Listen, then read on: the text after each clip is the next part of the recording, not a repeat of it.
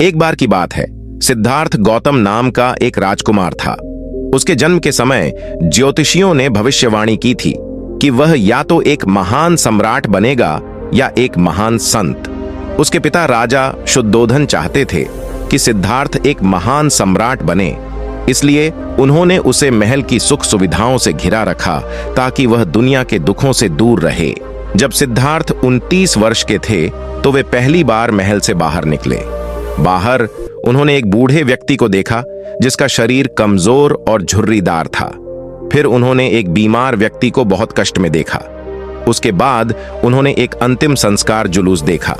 अंत में उन्होंने एक साधु को देखा जो बहुत शांति और खुशी में दिखाई दे रहा था। इन 4 दृश्यों ने सिद्धार्थ को गहराई से प्रभावित किया। इन दृश्यों ने उन्हें यह सवाल करने पर मजबूर कर दिया कि जीवन में दुख और पीड़ा क्यों है और इसका मूल कारण क्या है। अपने सवालों के जवाब खोजने के लिए सिद्धार्थ ने अपना महल, परिवार और अपनी सारी सुख सुविधाएं छोड़ दी और एक भटकने वाले तपस्वी बन गए। वे जंगलों में चले गए और कई वर्षों तक कठोर तपस्या की, लेकिन फिर भी उन्हें वह उत्तर नहीं मिला जिसकी उन्हें तलाश थी। एक दिन वे बोधि वृक्ष के नीचे बैठ गए और तब तक न उठने की कसम खाई जब तक उन्हें ज्ञान प्राप्त नहीं हो जाता।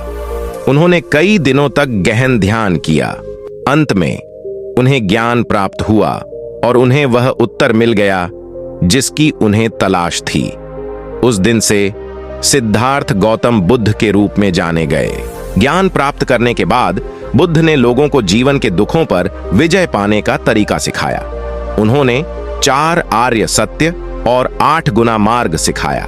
4 आर्य सत्य हैं। जीवन दुख है, दुख का कारण इच्छा है, इच्छा की समाप्ति से दुख की समाप्ति होती है।